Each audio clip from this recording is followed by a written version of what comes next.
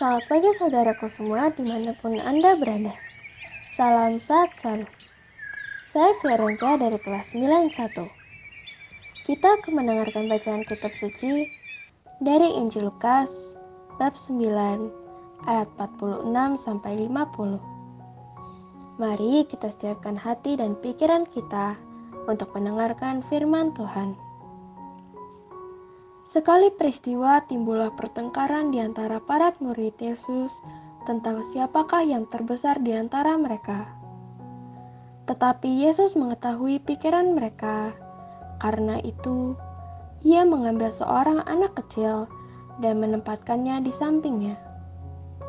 Lalu ia berkata kepada mereka, "Barang siapa menerima anak ini demi namaku, dia menerima aku. Dan barang siapa menerima aku, menerima dia yang mengutus aku. Sebab yang terkecil di antara kalian, dialah yang terbesar." Pada kesempatan lain, Yohanes berkata, "Guru, kami melihat seseorang mengusir setan demi namamu, dan kami telah mencegahnya karena ia bukan pengikut kita." Tetapi Yesus menjawab, "Jangan kalian cegah, sebab barang siapa tidak melawan kalian, dia memihak kalian." Demikianlah Injil Tuhan. Selamat pagi para sahabatku, sahabat suara hati, rekan muda SMP Stella Maris, para Stella Marian dan pendengar dimanapun Anda berada.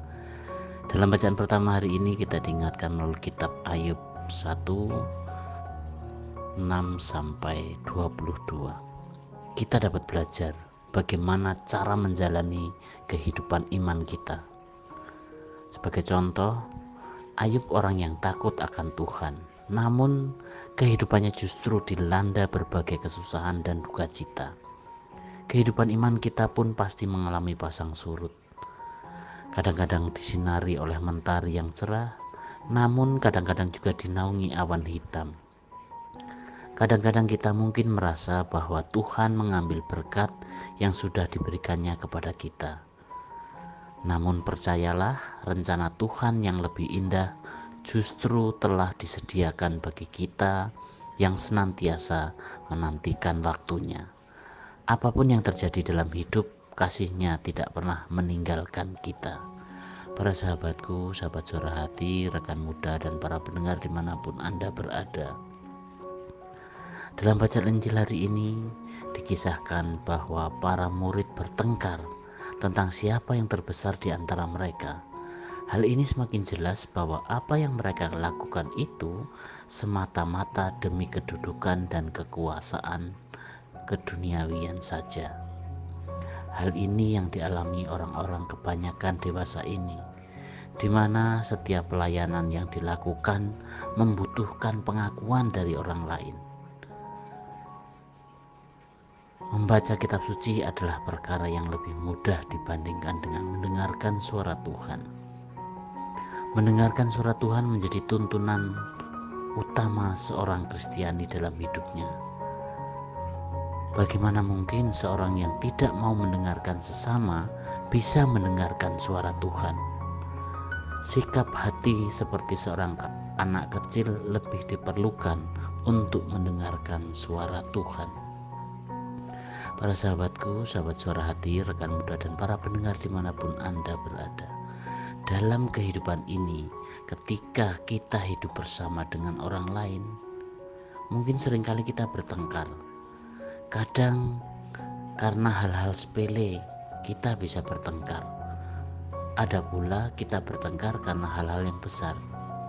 Ketika kita bertengkar, seringkali tidak ada penyelesaiannya, karena ternyata bukan soal apa yang kita pertengkarkan, tetapi karena seringkali kita mementingkan diri kita. Karena ego kita sering dipertengkarkan. Hari ini Yesus mengajarkan hal yang sangat baik. Ia meletakkan seorang anak kecil sebagai gambaran dalam hidup ini. Seorang anak kecil adalah gambaran seorang yang lemah. Kita harus seringkali melihat orang-orang kecil yang seringkali menjadi korban, orang-orang yang sering diremehkan, itu ada di sekitar kita. Kita harus belajar untuk menyambut mereka yang seperti menyambut Tuhan sendiri.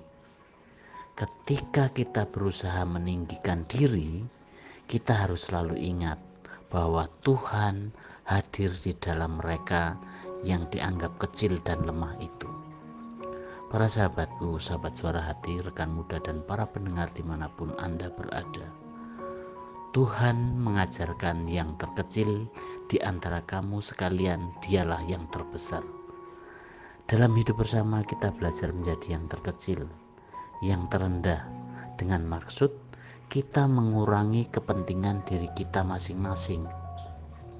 Kerendahan hati menjadi kunci untuk menjalani hidup bersama.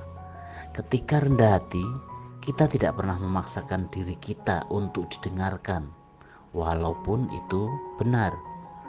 Rendah hati tidak harus selalu menang. Terkadang kita perlu mengalah.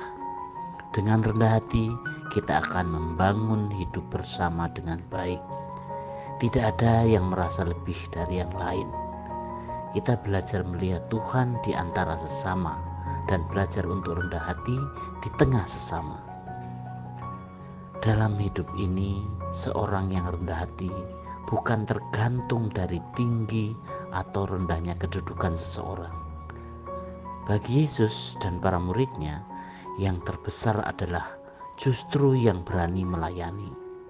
Tidak dikenal namun karyanya nyata.